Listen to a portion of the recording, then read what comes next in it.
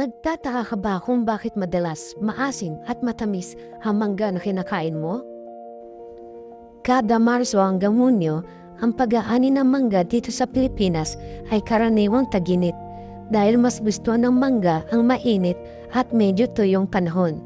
Pero depende pa rin ito sa lugar at paraan ng pagtatanim.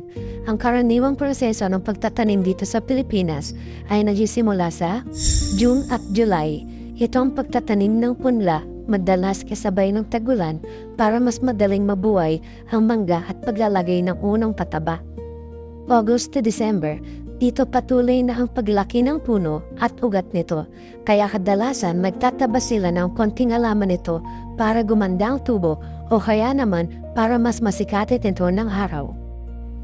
October to November, sa mga buwan na ito nag-aanda na sila sa pagbubulaklak ng mga mangga at yung ibang farm naman ay nagpapauso para sa pag-aanda sa mga susunod na buwan.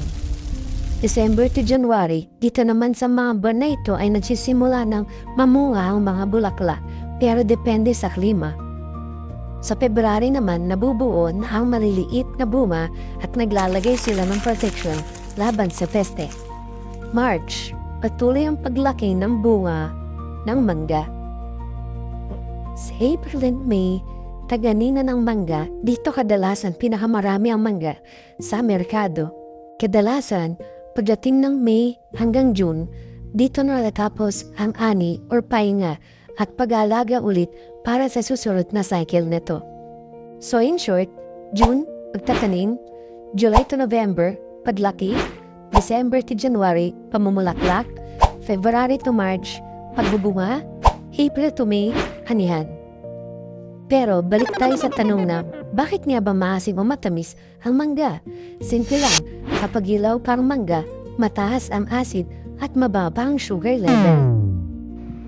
Meron itong tinatawag na organic acids, particular ang citric acid, malic acid, at tartaric acid. So habang umiinog ito, ay nagbabago ang chemistry ng mangga. Meron itong starch to sugar. Ang almirol na naiimbak sa bunga ay unti-unting nagiging glucose, fructose at sucrose. Ito ang pangunahing dahilan kung bakit tumatamis ang mangga habang umiinom. Acid level ay bumababa. Ang amount ng citric acid ay bumababa habang tumatagal ay unti-unting nawawala ang asim. Ngayong malaman niyo ng sagot, please comment down below and follow for the next content. Maraming salamat!